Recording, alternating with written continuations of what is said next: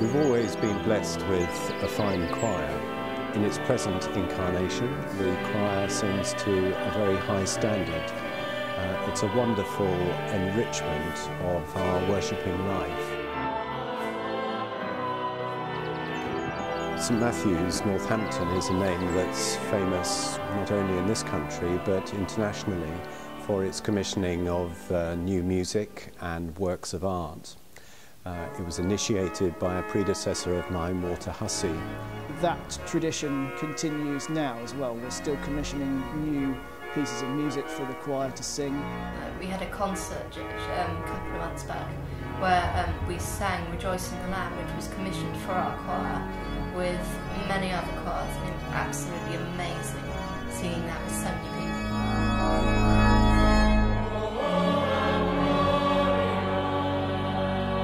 In tandem with the commissioning of new music, there have been some notable commissions of new art, most particularly the Madonna and Child by Henry Moore, which is behind me, and in the opposite transept there is Graham Sutherland's depiction of the Crucifixion.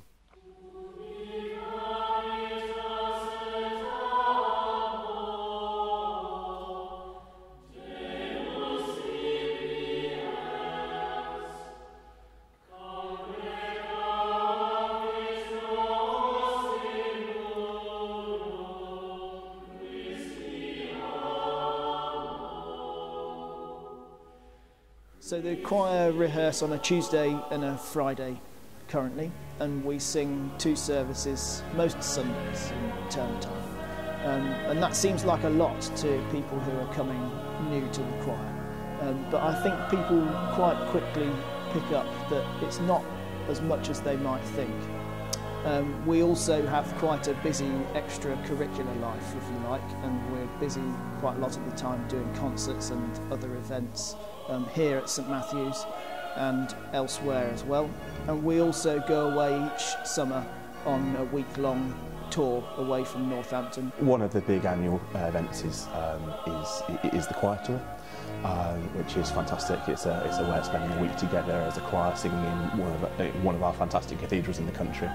During the residency you're spending a lot of time in each other's company, and so you really get to know each other very, very well, which is lovely, and from a singing perspective as well, it's really useful. Spending that much time singing together in such an intense period is excellent. It crosses all different age groups, and I think that's actually quite good when seeing it from a parent perspective, that Sophie isn't just with children her age, she's actually with a whole range of different people, and I think that's really good.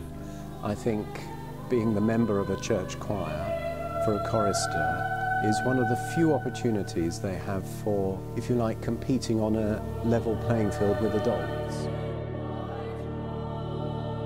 Similar to tours in many ways, insofar as the amount of time you spend with each other. You have Holy Week, so that's the week running up to Easter Sunday. Easter this year seemed a very busy period. Easter was very busy. We sing on Thursday, on Friday, on Saturday and twice on Sunday. I think you usually sing about 30 pieces of music in the space of 4 days. But again, spending that amount of time doing something in a common purpose is really rewarding. So I think that the weight of music and the things that we're doing here prepare people for going forward and for finding more music making at university. I'm Simon Toyne, and I'm the Director of Music of the David Ross Education Trust, which looks after 32 schools in the area. The quality of music education offered in church choirs such as St Matthew's is second to none. And of course it's not just about a superb music education, but it's how that impacts on their overall development, and we have considerable evidence to show that choristers do extraordinarily well academically as a result of this training.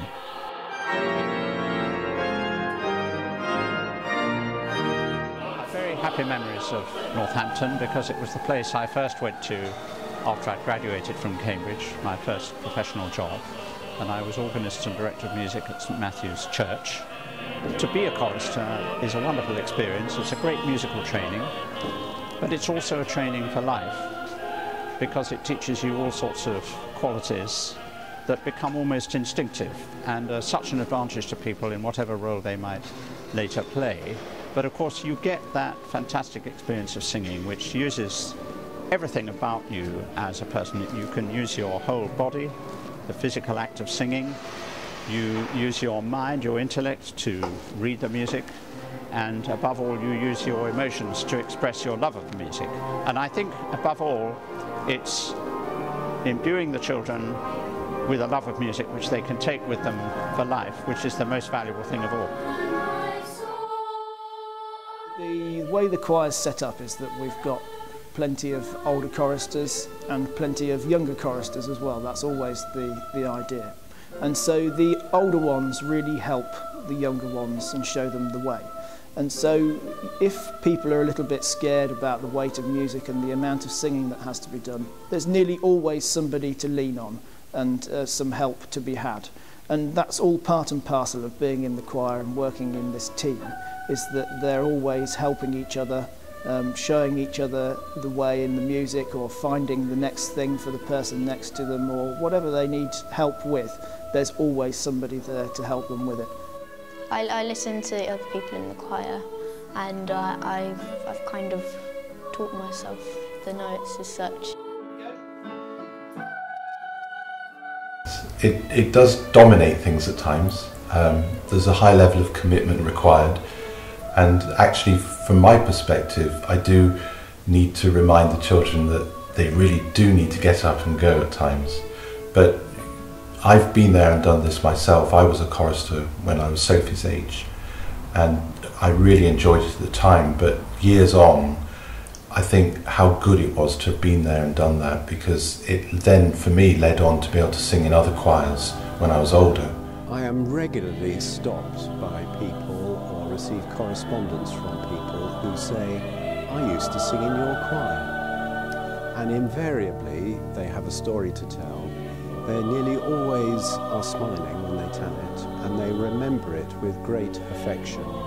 The choir for me, when I'm at a service, it's very uplifting and very moving at times when they sing.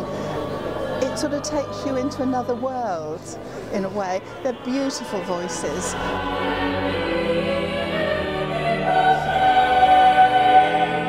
Music has that capacity to articulate things which lie beyond words alone. I think we are so blessed in that respect. And when one comes across the absence of music, you feel it.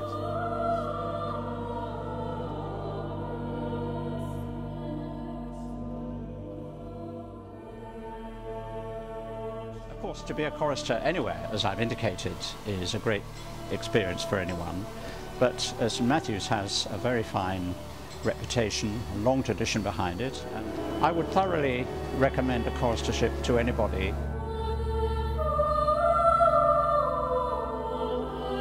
Anybody who's interested in the choir, if they get in touch with me here at the church, and contact details are easily findable on the website, then we can take it from there.